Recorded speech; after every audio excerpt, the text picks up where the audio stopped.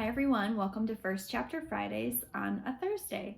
This week's selection is Courage by Barbara Binns. Barbara is a local author. She grew up in Chicago on the South Side and she currently lives in the suburbs. The book's main character is Tashawn. He lives with his mom on the South Side of Chicago, and his dad died and his brother is currently in prison. Okay, so I'm going to read you the first chapter from this book. Chapter 1. Chlorine fills the air, the stinging odor so strong it bites all the way down my throat. I am in the pool area of the Sports and Wellness Center at Windy City Community College, the place people who live on Chicago's South Side call W3C. Many of the high school graduates from this part of the city attend this college after graduation. The school sign declares they are dedicated to providing higher education for people from diverse backgrounds through teaching, research, service, and community development. Once a month on Saturday afternoons, the college holds Family Day for Windy City students, employees, staff, faculty, and their families. No one else is allowed inside at that time. I'm here with my neighbor and best bud, Dante Morrow. He adjusts his swim trunks and puffs out a chest with skin a few shades darker than mine. Since his parents want him to stay in the warm water pool, I mostly hang there too. The older people who laze around there don't mind when I swim a few laps for practice. Right now, Dante and I are headed for the concession stand. You were eating up that water, Tashawn, Dante's mother says, handing me a lemon snow cone, my favorite. Mrs. Morrow has the same hook to her nose as Dante does, and big dimples in her cheeks that widen when she smiles. She works in W3C's food service department, one of her 2 jobs, which means I get to come as part of her family. Since she's running the concession stand right now, it also means I get a free snow cone. And Dante gets handed a big bag of apple slices. Who taught you to swim like that? My brother, I say, before I remember that he who should not be named shouldn't ever be mentioned. My father's twin brother drowned when they were kids, and Dad taught my older brother to swim so he wouldn't die the same way. My brother taught me for the same reason, and someday I'll teach my little sister Rochelle. Dante and I moved to a table where we can eat and watch the water action in the main pool filled with cold water. He grimaces as he eats the apple slices. You never told me you had a brother, Dante shouts directly into my ear. It's the only way to be heard over the shrieks echoing around the crowded pool. I wish I had a brother or a sister. I hate being an only. I shrugged. I haven't talked about him since I lost him. I pick my words carefully. I know he's going to think my brother is dead, and that works just fine for me. I know I'm not the only kid with a family member in prison. Doesn't mean I go around boasting about it. Heck, there are days when I forget I ever even had a brother. Not many days, but I'm working on that. Did you ever think about having your birthday party here? Dante says between bites. He changed the subject to something happy just as I expected. No way. My mom could never afford renting a place like this. 3 pools, a 10-lane, 50-yard pool, a separate diving well, plus the smaller warm water pool. No way. I'm thinking a superheroes theme with me going as Black Panther. He almost chokes while laughing. From super geek to superhero in 1 year. The power of 13. Black Panther is pretty geeky too, the smartest superhero ever, I remind my friend. This year, Mom promised I could pick the party theme. For my 12th birthday, she did the science lab thing. I lost a lot of friends over that one, and lots of people still call me nerd. Science is awesome, but not for a birthday. I want to play the part of a king, genius, and superhero all in one, and the costume will cover my 2 thin shoulders, but it won't be here. I can't even count the number of times I've sat through Mom's "we're not made out of money" speech, usually when she's off paying another bill from the mountain of medical debt. She says she hopes to have something special for me this year. Our pastor, Dante's father, says prayer can work wonders. I don't want her getting the idea I would think a birthday party here would be something special. I can't imagine having a birthday on a Friday the 13th, Dante says. You should think about skipping this year and spending the day safe in bed under the covers. You're just jealous because you have to wait 3 whole months before you get to be 13. I only have a few weeks. On Friday the 13th, the unluckiest day in the whole world. His hoarse laugh makes people nearby turn and stare. I don't believe in unlucky. I will officially be a real teenager, and there's no way that can be anything but good. Dante sticks the last apple slice in his mouth. He almost has muscles, and he's taller than me too. Sometimes people mistake him for an 8th grader. How does he manage that when he's the one in the modified gym program? Because he has sickle cell, his parents want to keep him relaxed and hydrated all the time and keep him out of the cold water pool. Sometimes I think he only comes for the free snacks. I come for the snacks too, and to swim, the only sport I don't hate. And for the girls in swimsuits. Well, at least one girl, Carmela Rhodes.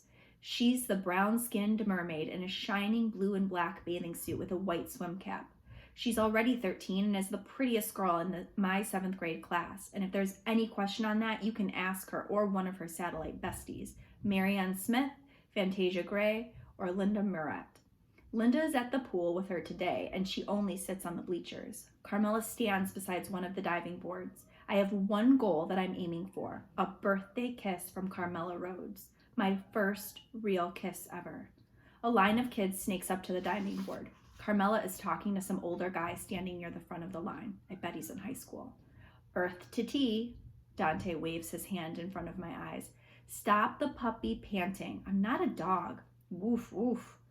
I playfully push him aside. Get lost. You need to get real, he says. Carmela's not the only girl in school. Yeah, but she's the only girl that counts. I wish she'd look at me sometimes, I mumble. It's like that with girls. Dante sounds like he's some kind of expert.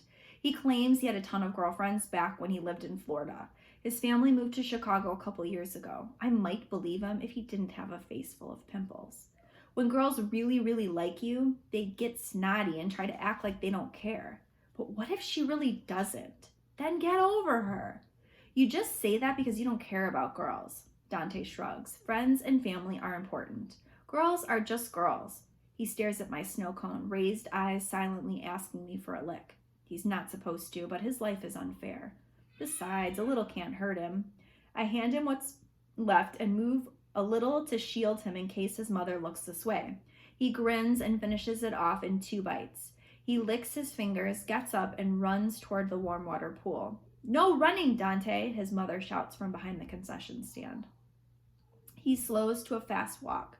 He has to stay where his mother can keep an eye on him. He jokes that he's only allowed in the pool because his mom is around to make sure he doesn't get to do anything fun. I think about following Dante, but instead head for the diving well. Carmela is still there, standing next to her guy friend. It's weird. Like most of the guys, I barely noticed girls last year, and when I did, I just made jokes. This year, there's something different. I move in behind Carmela. I just want to say something cool, but nothing pops in my head. So I just stay close, moving forward when they do.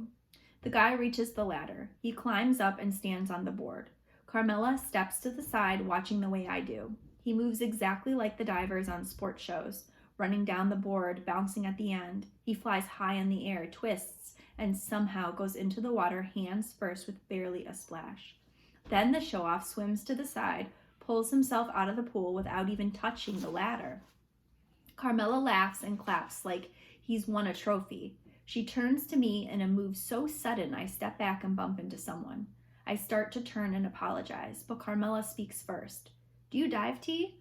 I don't say anything for a minute, surprised Carmela is actually talking to me. Yeah, it's my favorite thing in the whole wide world, I say, trying my best to sound cool. Are you a good diver?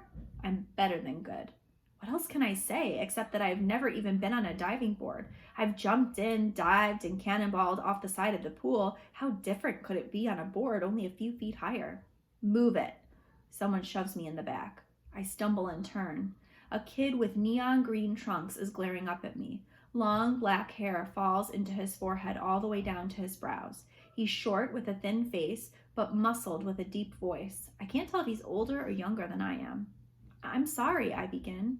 Carmela steps closer to the kid, her lips tight. Calm down, Sammy. Wait your turn. He needs to hurry up and do his dive. I hate waiting, Sammy insists.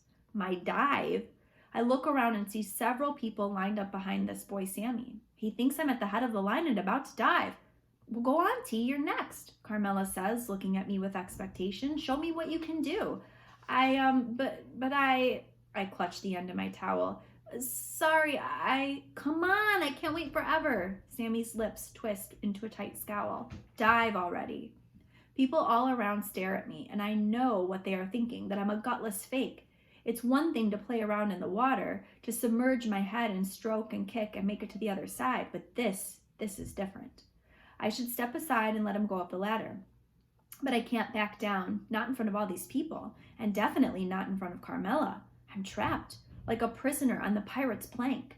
I can be brave and walk off the end of the board myself, or act like a coward who needs to be poked in the butt with a sword and forced off the end. A quick death or an embarrassing one. I step forward and grab the bars on each side of the metal steps. They are smooth and so cold my hands slip. 1 step, 2, 3, and then I'm up on the board. It bounces so much I almost fall right away. The board's rough surface scratches the bottom of my feet. I take a deep breath and look over the side. Major mistake. The water looks like a solid blue wall waiting for my fall. My stomach punches up and bounces around in my throat. I look across the pool to the warm water where Dante is splashing around.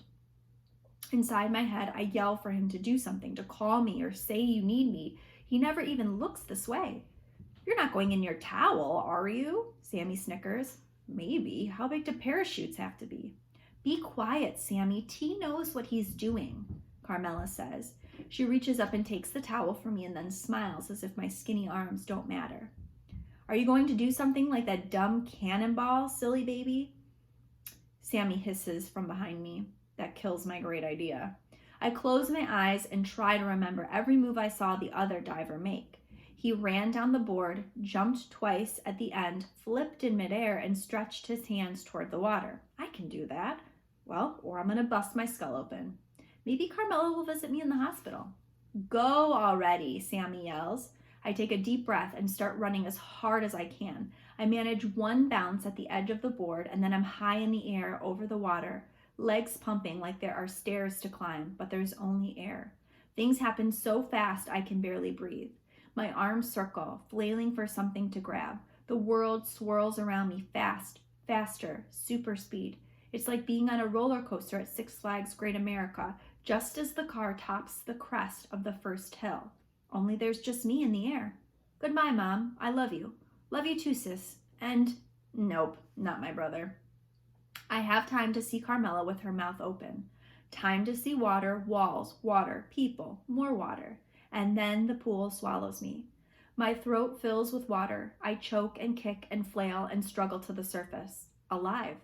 I swim to the side of the pool and hang on to the ladder, shaking and coughing. My chest hurts. I had no control during that flight. It was unbelievable and scary, and that was awesome, Carmela says. You can somersault and twist and... I climb out, race past her, and get in line. I don't have time to talk. That was like flying. I can't believe I have never done that before. And I've got to do it again.